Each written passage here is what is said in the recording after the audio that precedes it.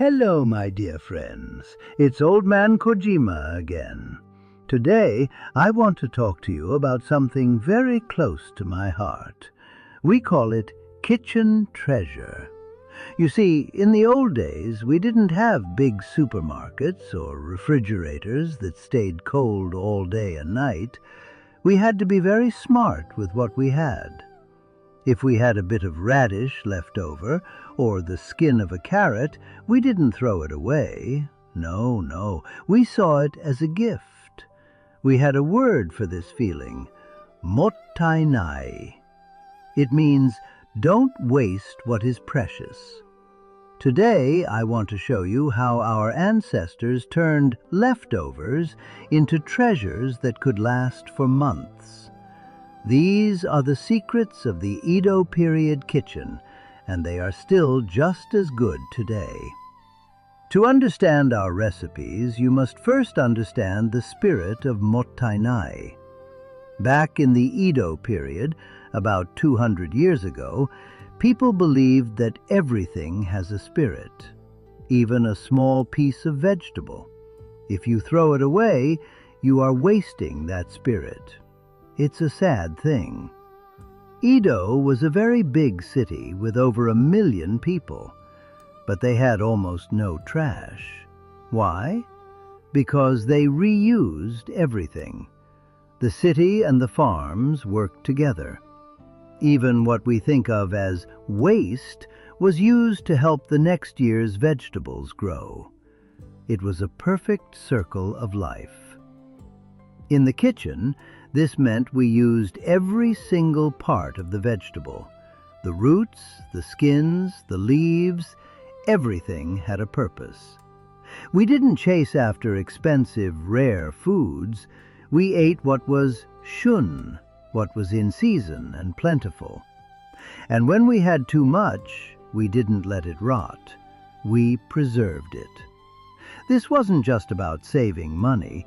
It was a way of showing respect to nature and to the hard work of the farmers. One of our oldest and simplest tricks was drying, or hoshi. It's like magic.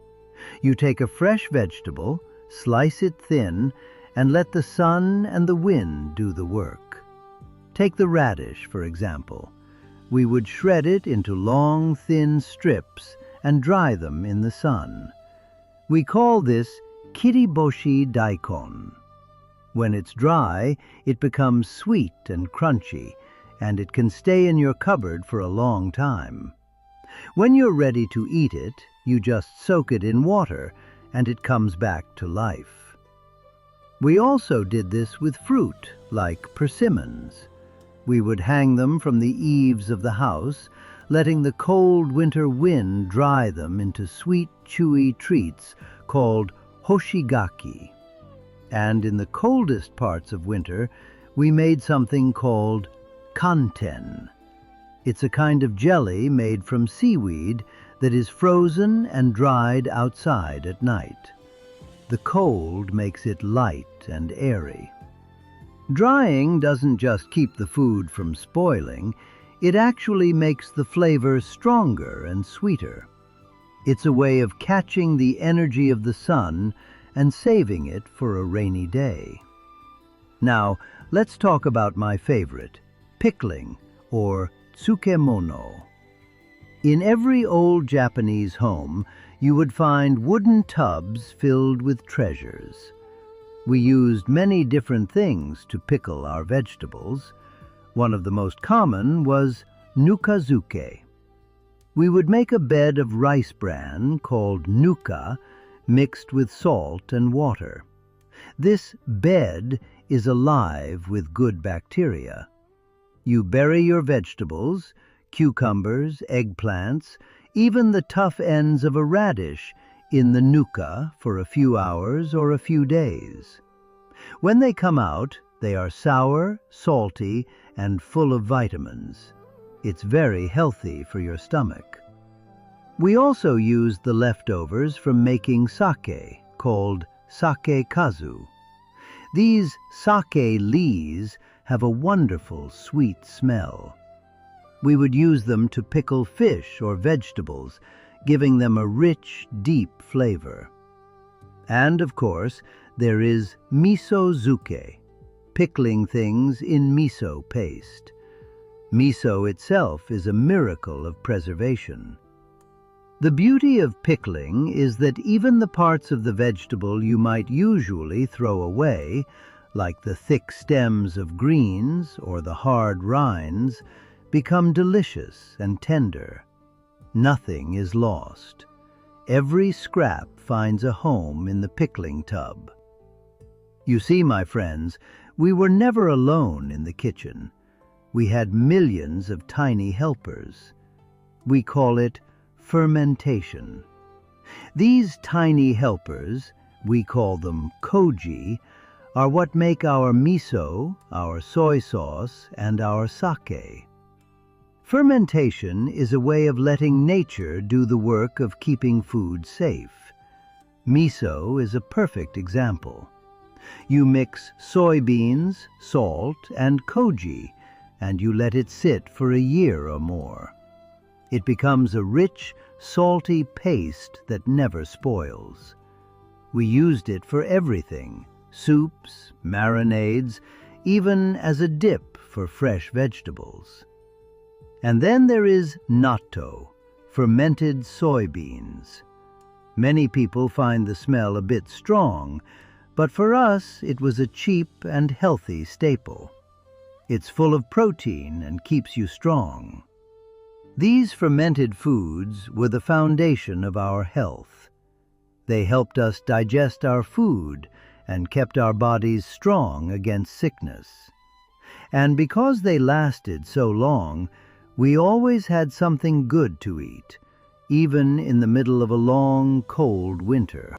I want to share a few more small tricks with you, things you can do in your own kitchen today. When you peel a carrot or a radish, don't throw the skin away.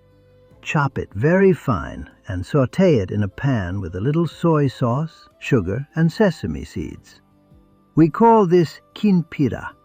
It's a delicious, crunchy side dish made from what most people think is trash.